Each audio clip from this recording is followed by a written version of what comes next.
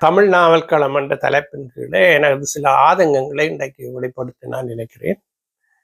தமிழ் நாவல்கள் மீது மட்டுமல்ல, எழுத்தாளர்கள் விமர்சகர்கள் மீதான எனது விமர்சனம் இங்கே பொதுவாக வைக்கிறேன்.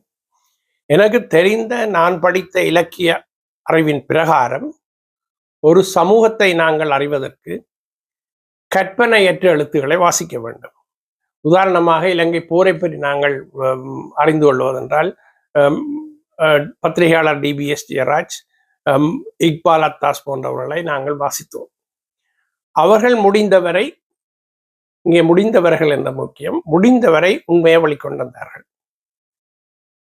யாழ்ப்பாணம் மற்றது இந்திய சாதி அமைப்பை நாங்கள் அறிவதற்கு பத்திரிகைகளையோ அல்லது ஆய்வாளர்களின் கட்டுரைகளையோ அணுகுவோம். ஆனால் கற்பனை எழுத்துகள் என்ற ஆயுதத்தால் தனி மனிதர்களின் மனக்குகைகளை நாங்கள் ஆராய்வோம். அதாவது தனி மனிதர்களின் மனத்துக்குள்ளே இருக்கிற விஷயங்களை நாங்கள் நாவல்களால, கற்பனை நாவல்கள், சிறுகதை போன்ற இலக்கிய வடிவங்களால நாங்கள் பார்க்கிறோம். இதற்கு உதாரணமாக நான் ஒரு விஷயத்தை சொன்னால் உங்கள் எல்லாருக்கும் விளங்கும். அதாவது மகாபாரதம், நமக்கு எல்லாருக்கும் தெரிஞ்ச மகாபாரதத்திலிருந்து இங்கே ஒரு உதாரணம் சொல்றேன்.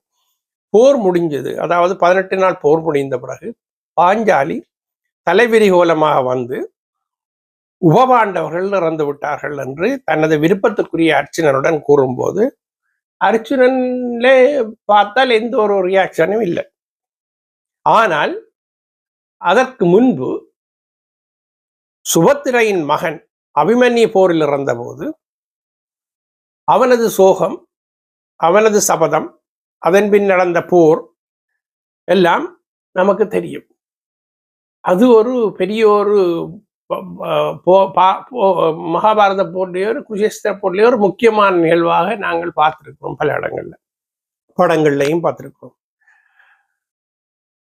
இதுக்கு இந்த இந்த மகாபாரதத்தில் சொல்லப்பட்ட இந்த ஒரு சின்ன சம்பவம் இது என்னத்தை காட்டுதென்றால், ஒரு ஆணின் மனத்தை காட்டுது. அதாவது ஆண்களின் மனம் இதுல இது அப்படியே படத்தை உரிச்சு காட்டுது.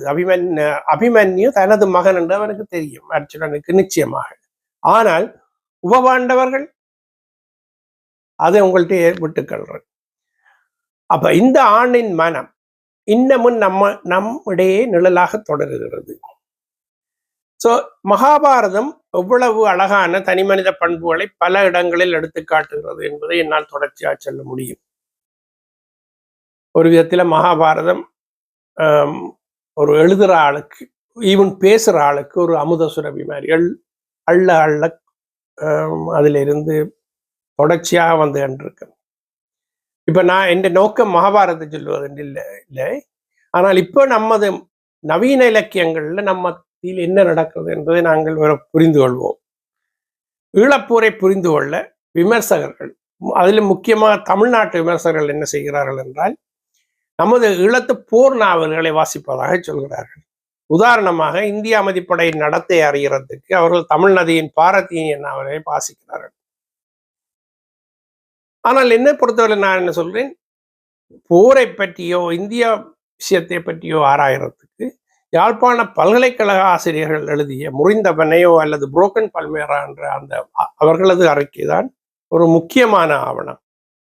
ஸோ இது ஒரு முக்கியமான விஷயம். அதாவது நீங்கள் கற்பனையில படித்து போரை அறிந்து கொள்ள போறீங்களா, இல்லை ஒரு கற்பனை அற்ற ஒரு ரிசர்ச் டாக்குமெண்ட் மாதிரி ஒன்றில் அறிய போறீர்களா என்ற கேள்வி.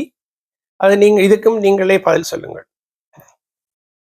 நமது இலக்கிய உலகில் நிலைமை தலைகீழாக இருக்கிறது. பாத்திரங்களின் அக உணர்வு வழியாக கதை சொல்லும் நாவல்கள் காலங்காலமாக கடந்து நிற்கும். ஆனால் சம்பவங்கள், தொகுப்பு அனுபவங்களின் தொடராக எழுதப்படவை கிட்டத்தட்ட நாங்கள் பாவிக்கும் வேக்சின் போன்றது. அதாவது உங்களுக்கு தெரியும், பல நாடுகள் கொஞ்ச காலத்தால வேக்சினை தூக்கி எறிஞ்சவே. ஏனென்றால் அவைகளால குறுகிய காலத்தில் எக்ஸ்பயர்ட் ஆகிடும். அது வேக்சின். அதே மாதிரித்தான் சம்பவங்களால் தொகுக்கப்பட்ட இலக்கியங்களும் கனகாலம் தாக்கு பிடிக்காது. வருங்கால சமூகம் அதை பெருசா அளவில் பார்க்க போகுது. என்ன கற்பனை என்ன. ஆனால் முக்கியமாக இப்ப அந்த அதே பாரதியத்தை எடுத்து பார்த்தால், யாழ்ப்பாணத்தில இப்ப இந்திய இராணுவத்தின் விஷயங்களை பேசுறதுக்கு கூட ஆட்கள் இல்லாம போயிட்டாங்க. இது போல போர்க்கால எழுத்துகள், போரை இராணுவ அட்டூழியங்களை பேசும்போது தற்பொழுது அவை முக்கியமற்று போய்விடுகின்றன. போர் நாவல்களுக்கு மட்டுமல்ல, நான் சொல்ற விஷயம் அந்த 60களில் வந்த சாதி எதிர்ப்பு, சோசலிச ஜதார்த்தம் என்ற கதைகளுக்கும் இதுவே நடந்தது. அதாவது ஒரு எல்லாம் லைப்ரரியில இருந்து வெளியால போற மாதிரி போயிட்டு. இங்கே போர்க்கால நாவல்களில் தனிமனிதர்களை கொண்டு எழுதிய நாவல்கள் இல்லை என்று நான் சொல்லவில்லை. உதாரணத்துக்கு சொன்னால் சோபா சக்தியின் இச்சா என்ற நாவலில் வரும் ஒரு பெண் பாத்திரம் வாசித்தவர்கள் மனத்தில் தொடர்ச்சியா வந்து கொண்டிருக்கும். ஆனால் நமக்கு தெரியாத கடற்கரை மக்களையோ மலைவாழ் மக்களையோ வைத்து எழுதியதால இந்த நாவல் சிறந்தது என்று சொல்றது என்னை பொறுத்தவரையில் ஒரு சரியான வாதம் அல்ல. அங்கே பாத்திரங்களினது உள்ளக்குமுறல்கள், தாகங்கள் வரும் பொழுதுதான் அந்த நாவலுக்கு அங்கே ஒரு மகிமை உள்ளது. ஒரு காலத்தை வைத்து நாங்கள் நாவல் எழுதும் போது போராட்டம் என்ற முக்கிய சம்பவங்கள் வருவது தவிர்க்க முடியாது. ஆனால் பாத்திரங்களின் முக்கியத்துவம் அங்கே தனித்து நிற்க வேண்டும்.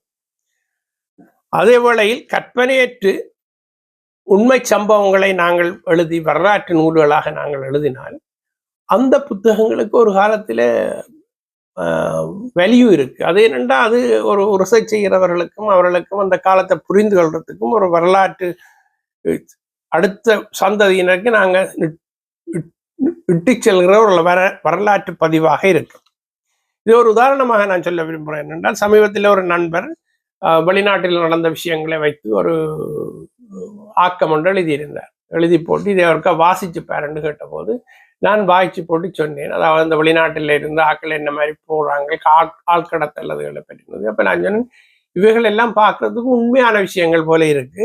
அப்போ நானா இருந்தால் இதை நாவலா எழுத மாட்டேன்.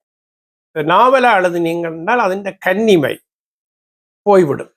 இது ஒரு உண்மையான நடந்த சம்பவங்களால ஒரு டாக்குமெண்டாக நீங்கள் பதிப்பீங்கன்ற போது அவர் அந்த தொலைபேசியை வைத்து போட்டு போயிட்டார். இப்போ என்னோட அதுக்கு பிறகு கொஞ்ச காலம் பேசாமலும் இருந்தார். ஸோ இங்க நான் என்ன சொல்ல வரேன், நமது இதிகாசங்கள் காப்பியங்களான சிலப்பதிகாரம் நிலைத்து நிற்கிறது. காரணம், அங்கு பாத்திரங்கள் வழியாக உயிர் கொடுக்கப்படுகிறது. உதாரணமா கண்ணகி மாதவி என்று சொல்லித்தான் நாங்கள் சிலப்பதிகாரம் பார்க்கிறோம். கடைசியாக நான் சொல்ல போது இப்ப என்ன நான் ஒன்று சொல்லி போட்டு விடப்படுகிறதுக்கு முதல், அதாவது நான் பாண்டிச்சேரி இப்போ ஒரு 3 மாதம் முதல் பாண்டிச்சேரி போன போது அங்கே ஒரு புத்தக கடைகளில் போந்து காளிதாசன் கட்டுரை உள்ள ஒரு புத்தகத்தை வேண்டினேன். அது காரணம் என்னென்னால், காளிதாசன் சகுந்தலத்தில் வாய்த்த சகுந்தலை என்ன மனத்தில் என்ன நிழலாக ஆடுகிறது. ஸோ அந்த கற்பனை பாத்திரங்கள் என்ன மாதிரி ஆட்களோட சீவிக்கிறதுன்றது உண்மை. இதை நாங்கள் ஆங்கிலத்தில் ஏராளமான உதாரணங்களை நான் சொல்லலாம். ஆனால் இப்போ நான் சகுந்தலையோட நான் இந்த பேச்சை இங்கே நிறுத்திக் கொள்கிறேன். மிக்க நன்றி.